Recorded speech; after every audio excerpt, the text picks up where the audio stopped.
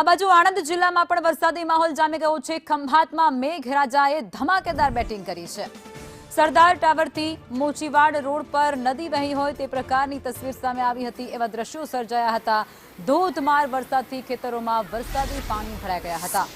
આ ધોધમાર વરસાદને કારણે ખેડૂતોમાં ખુશીનો માહોલ અત્યારે છવાઈ ગયો છે। માર્ગો પર પાણી ભરાતાની સાથે જ વાહન ચાલકોને પણ પારાવાર મુશ્કેલીનો સામનો કરવાનો વારો આવ્યો હતો। શહેરના અનેક એવા માર્ગો છે જ્યાં પાણી ભરાઈ ગયા છે અને તેમાં વાહનો ફસાયા હતા।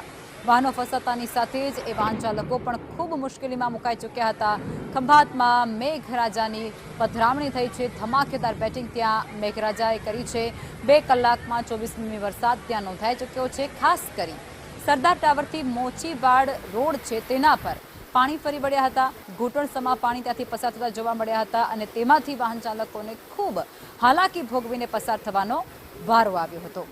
મેઘરાજાએ ત્યાં ધબધબાટી બોલાવી છે। ખંભાતના ઘણા ખરા વિસ્તારો જે અત્યારે પાણીને હવાલે થઈ ચૂક્યા છે અને જે રહેઠાણ વિસ્તારો છે ત્યાં પણ પાણી ભરાયા છે। સ્થાનિકો અત્યારે ખૂબ હાલાકીનો સામનો કરી રહ્યા છે। પણ આ વરસાદી માહોલ જામતાની સાથે ધરતીપુત્રો એ ખૂબ આનંદમાં જોવા મળી રહ્યા છે।